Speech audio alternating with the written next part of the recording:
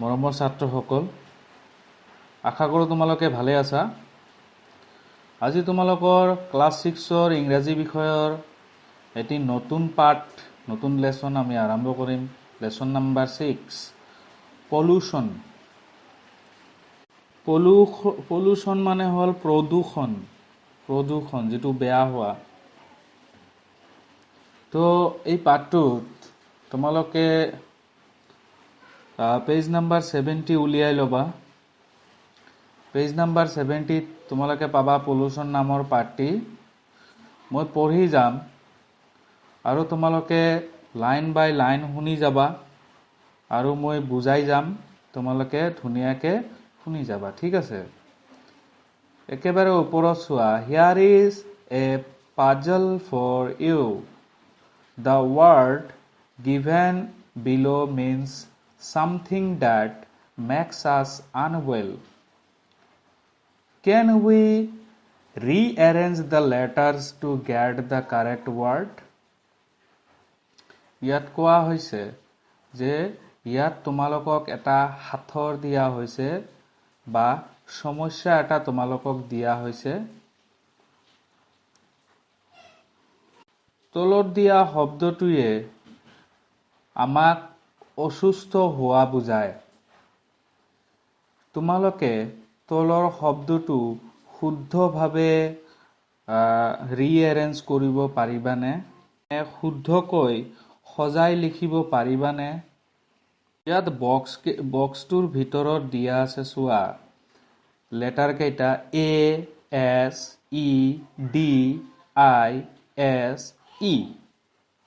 ইয়াতে হিণ্ট দিয়া আছে। The word starts with D. কোৱা হৈছে যে যিটো শুদ্ধ শব্দ হ'ব সেই শব্দটো ডি আখৰেৰে আৰম্ভ হ'ব। তো তোমালোকে অলপ ভাবি যদি চোৱা, তেতিয়াহ'লে বেমাৰ বুজোৱা বা আমাক অসুস্থ কৰে যিটো শব্দ, তেনেকুৱা এটা শব্দ বুজালে কি হ'ব? শব্দটো ডিজিজ। অৰ্থাৎ চোৱা, DISEASE, ডিজিজ। উচ্চাৰণটো চাবা, ডিজিজ। ডিজিজ শব্দটোৰ মিনিং হ'ল বেমাৰ। ডিজিজ শব্দটোৰ মিনিং হ'ল বেমাৰ। এতিয়া তাৰ তলত চোৱা, what are the things that make us unveil? আমাক কি কি বস্তুৱে অসুস্থ কৰে? আমাক কি কি বস্তুৱে অসুস্থ কৰে? Talk to your friend and write some of them here. তোমাৰ বন্ধুৰ লগত কথা পাতা আৰু আলোচনা কৰা আৰু তলত দিয়া খালী ঠাইসমূহত তোমালোকে লিখা তেনেকুৱা শব্দ বা তেনেকুৱা বস্তুৰ নাম। সাম অফ দেম হিয়াৰ বুলি কৈছে, কিছুমান তোমালোকে তাৰ পৰা কি কি বস্তুৱে আমাক অসুস্থ কৰে সেইবিলাকৰ নাম লিখা। One is done for you. এটা কৰি দিয়া হৈছে তোমালোকৰ কাৰণে। যেনেকুৱা চোৱা, কোনটো কৰি দিছে? Dirty water. এতিয়া ডাৰ্টি ৱাটাৰ মানে কি? ডাৰ্টি ৱাটাৰ মানে হ'ল লেতেৰা পানী বা বেয়া পানী। তো লেতেৰা পানীয়ে আমাক অসুস্থ কৰে নহয়। আৰু কি কি বস্তুৱে আমাক অসুস্থ কৰিব পাৰে কোৱাচোন? তো তেনেকুৱা লেতেৰা খাদ্য আমাক অসুস্থ কৰিব পাৰে, হয় না নহয়? তোমালোকে লিখিবাচোন কি কি পাৰা। যেনেকুৱা ডাৰ্টি মিল, আনহেল্ডি ফুড, এনেকৈ লিখিব পাৰা। আৰু কি কি হয় তোমালোকে লিখিবাচোন, লিখি মোক দেখুৱাবাচোন। Most of the things that cause disease are a result of pollution. চোৱা, ইয়াত কি কৈছে যে যিবিলাক বস্তুৰ জৰিয়তে বেমাৰ হয় তাৰ ফলস্বৰূপ, কিহৰ ফলস্বৰূপে হয়? প্ৰদূষণৰ ফলস্বৰূপে। তো প্ৰদূষণৰ ফলস্বৰূপেই বেছিভাগ বেমাৰ আমাৰ হয়। এতিয়া চোৱা, হোৱাট ইজ পলিউশন? পলিউশন কি? পলিউশন মানে কি ক'লো তোমালোকক? প্ৰদূষণ। মানে প্ৰদূষণ কি? Read the lesson to find out more. তোমালোকে ইয়াৰ বিষয়ে বেছিকৈ জানিবৰ কাৰণে লেসনটো পঢ়া চোৱা আজি আমি অলপখিনি পঢ়িম বাস Can we live without air? No, we cannot.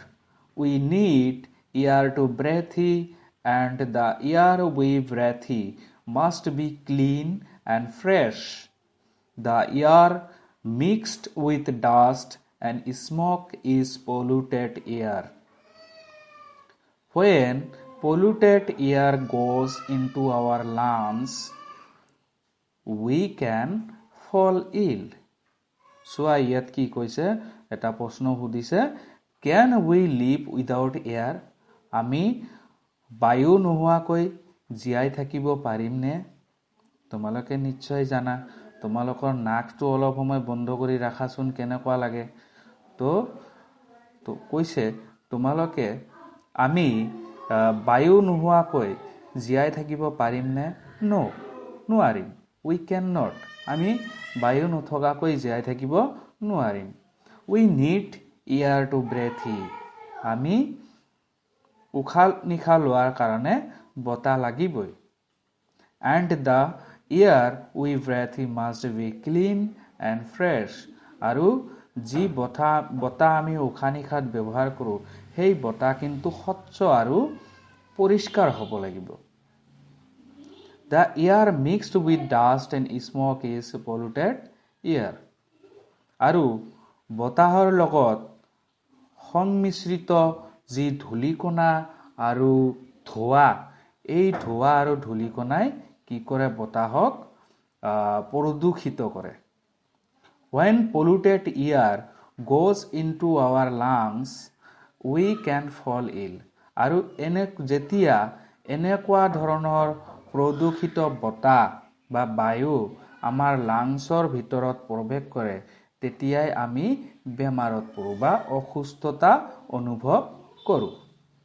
তো ছাত্ৰসকল আমি আজি জাষ্ট এই লেসনটো আৰম্ভ কৰিলোঁ আৰু ইয়াৰ লগত কেইটামান শব্দৰ অৰ্থ মই তোমালোকক লিখি দিছোঁ সেইবিলাক তোমালোকে